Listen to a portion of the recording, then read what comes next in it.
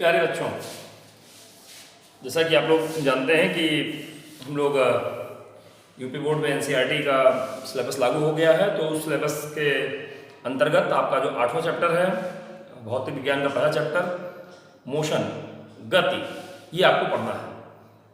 बहुत important chapter है, बड़ा मज़ेदार है। और इस चैप्टर को पढ़ करके जब आप हायर क्लासेस में जाते हैं तो एक अच्छा खासा प्लेटफॉर्म आपके पास होता है कि आप भौतिक विज्ञान को बड़े अच्छे से समझ करके और उसमें अच्छे से अच्छे नंबर पा सकें, उस विषय पर अच्छी पकड़ बना सकें।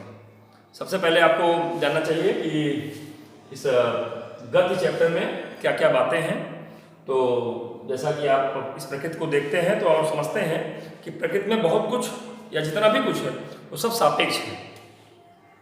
हम आप बैठे हुए हैं तो कह सकते हैं कि हम भी रेस्ट में हैं, आप भी रेस्ट में हैं, जबकि कोई अगर बगल से गुजर रहा है तो उसको हम लोग गति में कहेंगे। और यहाँ तक कि अगर वो बस में बैठ करके गुजर रहा है तो हम उसको चलते नजर आएंगे, पीछे की तरफ जाते नजर आएंगे। ट्रेन में बैठिए तो देखिए पेड़ इत्यादि पीछे जाते दिखाई पड़ते हैं। तो इस तरीके से ये चीजें सापेक्ष हैं। जिन वस्तुओं के सापेक्ष अपनी स्थिति बदल रही है, अगर समय बीतने के साथ साथ वातावरण के सापेक्ष अपनी स्थिति बदल रही है तो हम कहेंगे कि गति की अवस्था है। अगर वातावरण के सापेक्ष, सराउंडिंग के सापेक्ष अपनी स्थिति में समय के साथ साथ कोई परिवर्तन नहीं हो रहा तो वो आपकी स्थिर अवस्था होती है। आइए इसी बात को देखा जाए।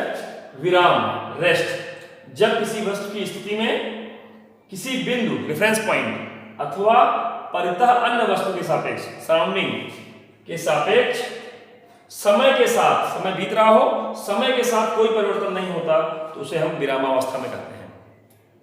जैसे अगर हम बाइक पे बैठा किसी को ले जा रहे हैं तो मेरे रिस्पेक्ट में वो व्यक्ति बैठा हुआ है अर्थात वो रेस्ट में है, जबकि कोई देखेगा तो कहेगा दोनों लोग जा रहे हैं, क्योंकि वो अर्थ के रिस्पेक्ट में, सड़क के रिस्पेक्ट में हम लोग को देख रहा होगा। तो किसके संदर्भ में देखा जा रहा है और समय के बीतने के साथ साथ परिवर्तन हो रहा है कि नहीं हो रहा है, ये बहुत महत्वपूर्ण बात है। गति, जब किसी वस्तु की स्थिति में किसी बिंदु अथवा परितः अन्य वस्तु के सापेक्ष समय के साथ परिवर्तन होता है तो यह उसकी गत्यावस्था कहलाती है, गति की अवस्था कहलाती है। तो जैसा कि मैंने कहा, विराम और गति ये दो के दोनों सापेक्ष स्थितियां हैं। किसी वस्तु को आप अपने अथवा किसी रेफरेंस पॉइंट के रिस्पेक्ट में ही कहते हैं वो गति में है कि मोशन में है। हो सकता है मेरे हिसाब से, मेरे रेफरेंस पॉइंट के हिसाब से वह वस्तु गति में हो, जबकि किसी अन्य के हिसाब से, अन्य व्यक्ति के रेफरेंस के लिए वह रेस्ट में हो।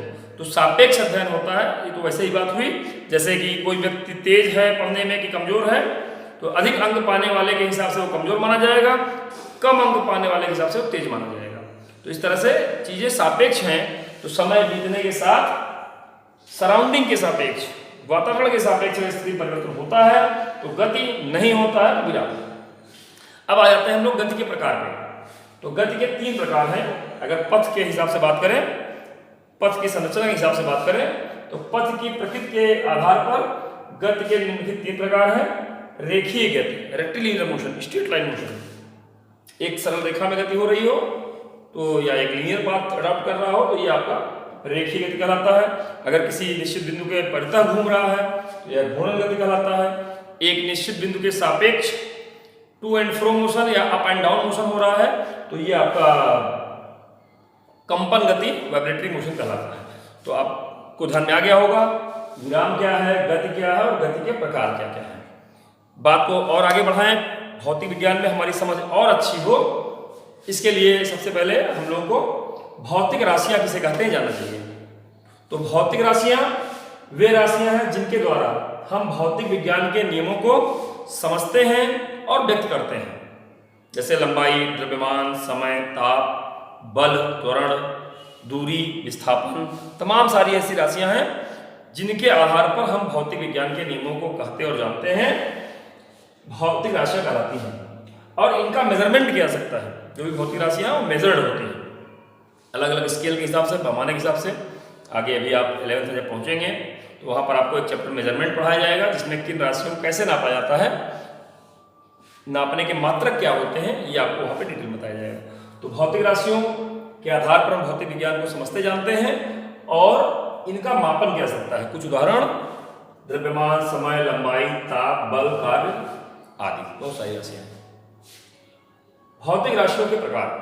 भौतिक राशियों के मुख्य रूप से आपके स्तर पर देखा जाए तो 2 प्रकार हैं, अदिश राशि या सदिश राशि। बड़े क्लास में जाएंगे तो वहां 3 प्रकार पाए जाते हैं, स्केलर क्वांटिटी, वेक्टर क्वांटिटी और टेंसर क्वांटिटी। टेंसर भी एक विशेष प्रकार की राशि है, उसके भी अपने कुछ गुण हैं। बहरहाल उतने डीप में हम लोग को भी यहाँ 9th स्तर तक नहीं जाना है। अदिश राशि और सदिश राशि। अदिश राशियां वे राशियां होती हैं जिन्हें व्यक्त करने के लिए, पूर्णतया व्यक्त करने के लिए परिमाण से ही काम चल जाता है, किन्हीं अन्य दिशा अथवा अन्य चीजों की आवश्यकता नहीं होती है, वे आपकी अदिश राशियां कहलाती हैं। और इसके उदाहरण आपके दूरी, चाल, कार्य इत्यादि हैं। तो वे राशियां जिनमें केवल परिमाण होता है, दिशा नहीं होती है, अदिश राशियां कहलाती हैं। इसकी परिभाषा आपके एग्जाम में काफी पूछी जाती है और उसी से जुड़ी हुई दूसरी है सदिश राशियां। तो वे भौतिक राशियां जिन्हें व्यक्त करने के लिए परिमाण के साथ साथ दिशा की भी आवश्यकता होती है, वे सदिश राशियां कहलाती हैं।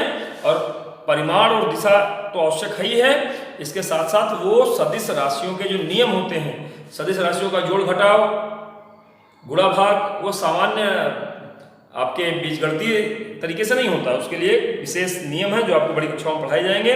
तो सदिश राशियां सदैव सदिश नियमों का पालन करती हैं। अगर कोई राशि है जिसमें परिमाण भी है, दिशा में भी है, लेकिन सदिश नियमों का पालन नहीं कर रही है, तो फिर वो सदिश राशि नहीं आती है। जैसे विद्युत धारा, परिमाण भी होता है, दिशा भी होता है, लेकिन वो सदिश राशियों के नियमों का पालन नहीं करती है, सदिश नियमों का पालन।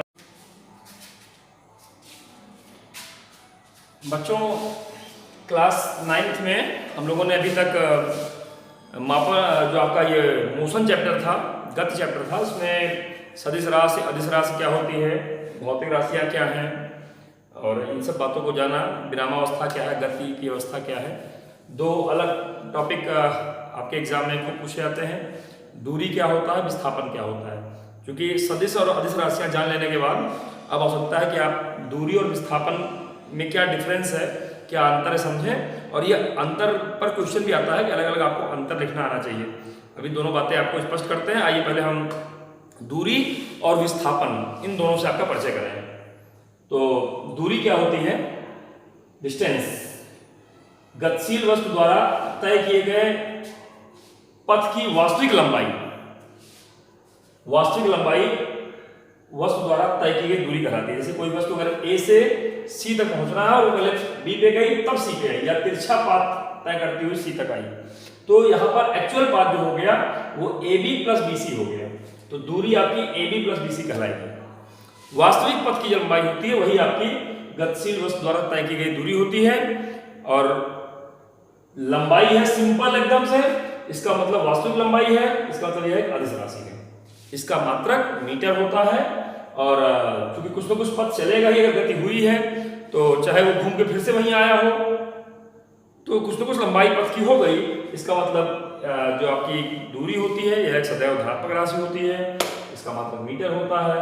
और ये आपको स्पष्ट हो गया होगा कि दूरी माने गतिशील वस्तु द्वारा तय किए गए पथ की वास्तविक लंबाई।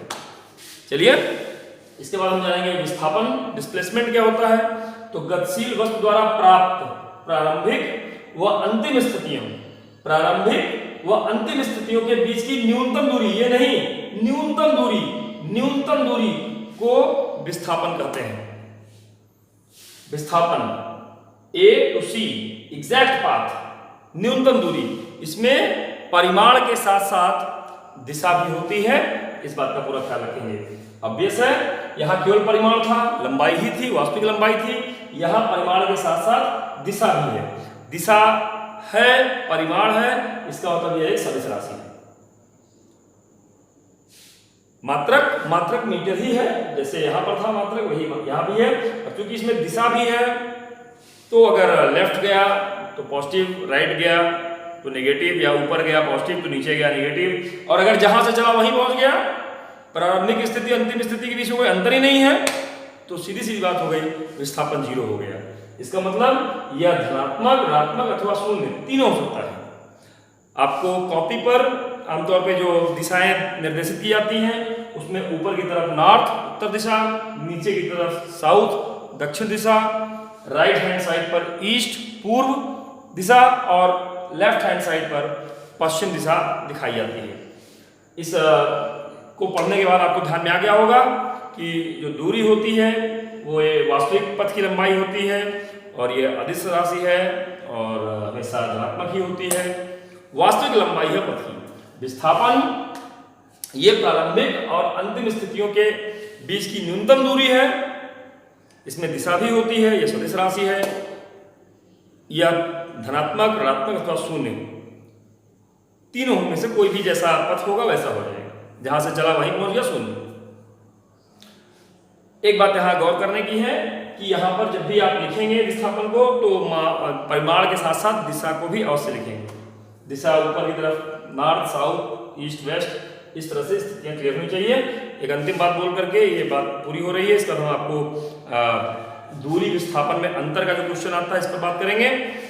यहाँ पर ध्यान रखेंगे कि दूरी सदिश अदिश राशि और विस्थापन सदिश राशि है, दोनों का ही मात्रक मीटर है। तो ये बात आपको ध्यान में रखना चाहिए।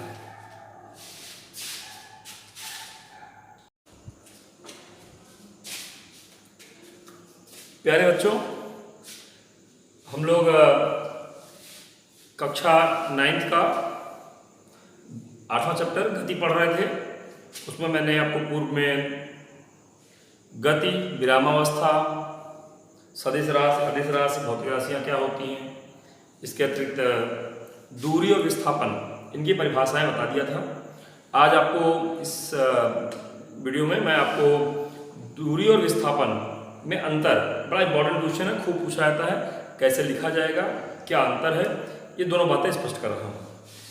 आप देख रहे होंगे कि यहाँ पर दूरी तथा विस्थापन में अंतर हेडिंग लिखी हुई है। दूरी हमेशा विस्थापन से ज़्यादा ही होती है, या अगर जो दूरी है वही विस्थापन भी है, एग्जैक्ट सीधा पाथ ट्रेवल किया जा रहा है, तय किया जा रहा है, तो उस स्थिति में दूरी विस्थापन के बराबर होती है। अन्यथा की स्थिति में दूरी हमेशा ज़्यादा होती है। दूरी वास्तविक पथ जो किसी वस्तु द्वारा प्रारंभिक व अंतिम स्थिति के बीच में तय किया जाता है, उसी की माप जो है वो दूरी कहलाती है। जबकि विस्थापन किसी वस्तु के प्रारंभिक व अंतिम स्थिति के बीच की न्यूनतम दूरी होती है। ध्यान रखिएगा, ये वास्तविक पथ होता है, जबकि ये प्रारंभिक व अंतिम स्थिति के बीच की न्यूनतम दूरी होती है। दूरी सदैव अदिश राशि है, इसमें केवल परिमाण होता है, दिशा नहीं होती है। विस्थापन सदिश राशि है, इसमें परिमाण व दिशा दोनों होती है। यह केवल धनात्मक होती है, कभी भी शून्य अथवा ऋणात्मक नहीं हो सकती है। गति होगा तो कुछ न कुछ तो चलेगा, अर्थात धनात्मक ही दूरी आएगी। विस्थापन धनात्मक, ऋणात्मक अथवा शून्य तीनों हो सकती है। अगर राइट साइड चल रही है प्लस में लिया जा रहा है तो लेफ्ट साइड चलने पे माइनस लिया जा सकता है। इसके अलावा जहां से चला अगर वहीं पहुंच गया, प्रारंभिक और अंतिम स्थितियां दोनों बराबर रहीं, सेम रहीं, तो इसका मतलब दोनों के बीच में कहीं कोई विस्थापन नहीं हुआ। उस गति में विस्थापन शून्य, दूरी तो होगी लेकिन विस्थापन शून्य माना जाएगा।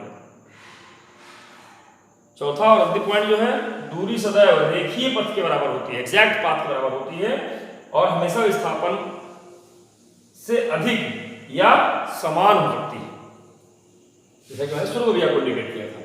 और चौथी, और इसमें जो बात कही गई है विस्थापन में, इसी बात को किस तरह से कहा गया है, विस्थापन गति के वास्तविक पथ से अलग भी हो सकता है। गति का पथ जो होता है, दूरी कुछ और होगी, विस्थापन एग्जैक्ट पाथ होगा। जैसे अगर हवाई जहाज से आप कहीं जाते हैं बंबई से दिल्ली, तो सीधा पथ होता है, विस्थापन होता है, और सड़क मार्ग से जाते हैं तो टेढ़ा मेढ़ा जाते हैं, वो एग्जैक्ट न्यूनतम दूरी नहीं होती है, तो वो दूरी होती है। तो दूरी सदैव विस्थापन से अधिक होगी या उसके बराबर होगी। तो विस्थापन गति के वास्तविक पथ से अलग भी हो सकता है या सदैव दूरी से कम अथवा उसके बराबर होता है। उम्मीद है आपको ये क्वेश्चन समझ में आ गया होगा। एग्जाम में खूब लिखने के लिए आता है।